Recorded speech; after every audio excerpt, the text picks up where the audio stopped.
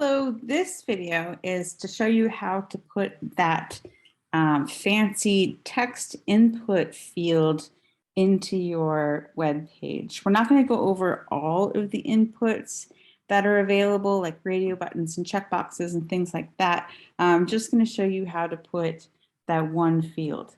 And it's pretty simple. It's called, the tag is called input. So I'm just going to type in input and then tab, and it needs this attribute right here, type of text, type equals text. And as you can see, a field just appeared right here. There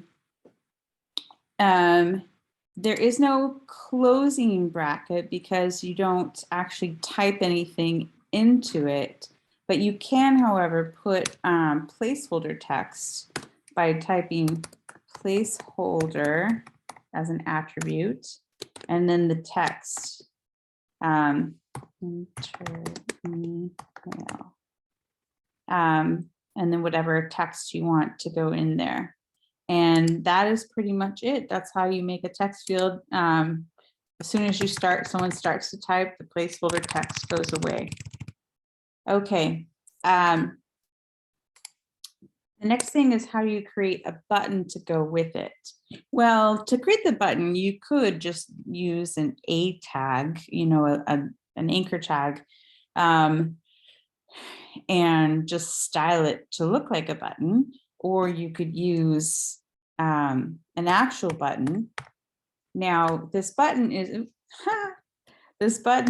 going to actually do anything unless it's hooked up to JavaScript.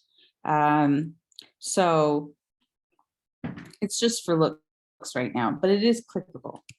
So, and inside the two button tags is where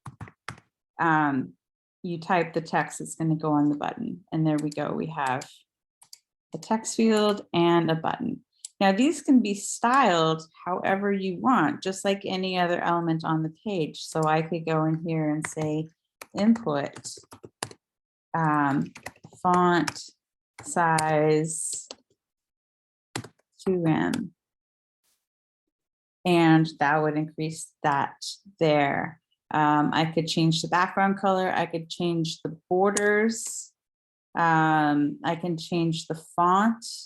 I can do anything to the font. I can make it a web font. I can, so pay attention to different forms and how they're designed on different sites that you visit, and you might find some sort of inspiration there on how to style yours. I can also style the button. I can, you know, give it a different background color. And now it's got that. It's got a little bit of beveling on it. So what if I say border none? And there, it doesn't have a border anymore. It's just a plain button. And so now you can style the hover states on the button, style the hover state on the button as well if you want to. Alternatively, there's one more thing to point out. When I click inside of here, see how the border turns blue? This is called a focus state. And it's very helpful for people who can't use a mouse, who use the keyboard to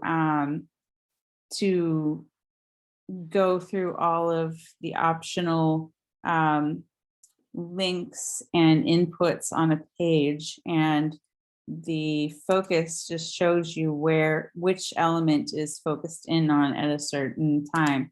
So we can actually style that too. I can say input, just like a hover, you put a colon and then focus. Don't put any spaces in there, just like that. Focus, and then I could say background, I don't know, light gray. And now as soon as I click into there, the background changes color. So you can control that as well. So just like a hover state. Anything you want to change about it is what you're going to put inside the focus styles there. Another thing you might notice is these are side by side, and that's because inputs and buttons are inline elements, not block elements. So remember, inline elements line up side by side, block elements like to take up the whole space.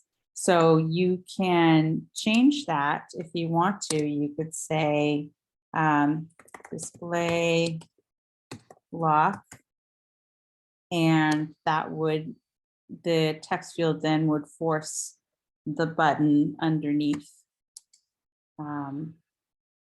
underneath the input field. And sometimes it's helpful to turn things into blocks or inline blocks, which are block elements that do stay in line, because depending, but it might give you access to more properties that it wouldn't allow you to use if it were just an inline element. So I hope that was useful and helps you finish your project. Okay, thanks.